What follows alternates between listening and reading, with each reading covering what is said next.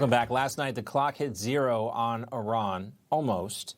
Hours earlier, President Donald Trump warned the world that an entire population could be wiped out. A hard deadline, maximum pressure, no gray area. Everyone was freaking out about war crimes and nuclear weapons, the 25th Amendment, and the need to impeach him again.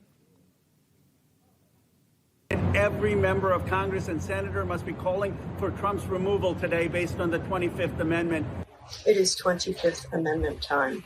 And it does seem that Trump has lost touch with reality. I mean, we just can't accept a president who is literally promising to destroy an entire civilization. And then just like that, a ceasefire, a pullback.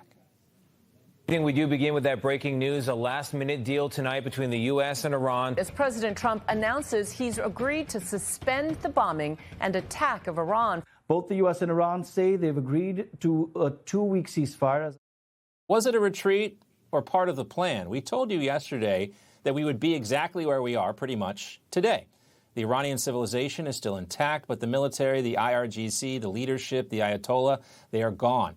But it's not like we have some sort of crystal ball. It's just that we've seen this film before, and we've been watching it for more than a decade now.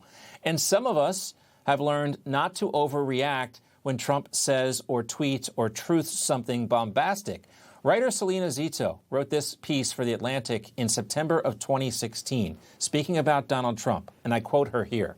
When he makes claims, the press takes him literally, but not seriously.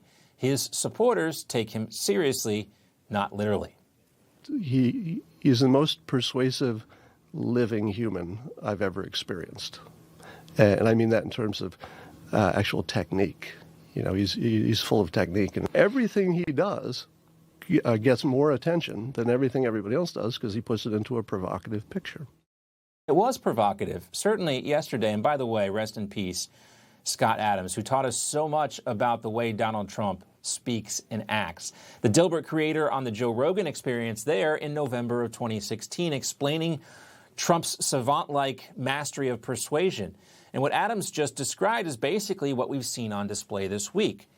So, start extreme, control emotion, force a decision. And that's exactly what has happened so far. So why is there so much overreaction to the entire civilization could be wiped out through social posts? They have not learned yet, apparently, all these people. Think about Trump's first term with NATO. He threatens to pull the United States out, but in the end gets everyone except Spain to pony up and pay more to the alliance. We'll say that again for the people in the back. This is not traditional diplomacy. We'll see more of this non-traditional diplomacy today at the White House at 2:30. It is persuasion on the Trumpian level. It is leverage on a clock. It is the art of the deal. Nobody offered the Trump without the tweets that make people angry. And I would argue that probably 80% of the things that feel like they're over the line actually are functional. True. And history tells us that. It used to be common. Our newscasters had common sense. They gave it to you straight, just the facts, and real news. John Bachman is like them. He tells it like it is. Catch him every weekday on Newsmax 2.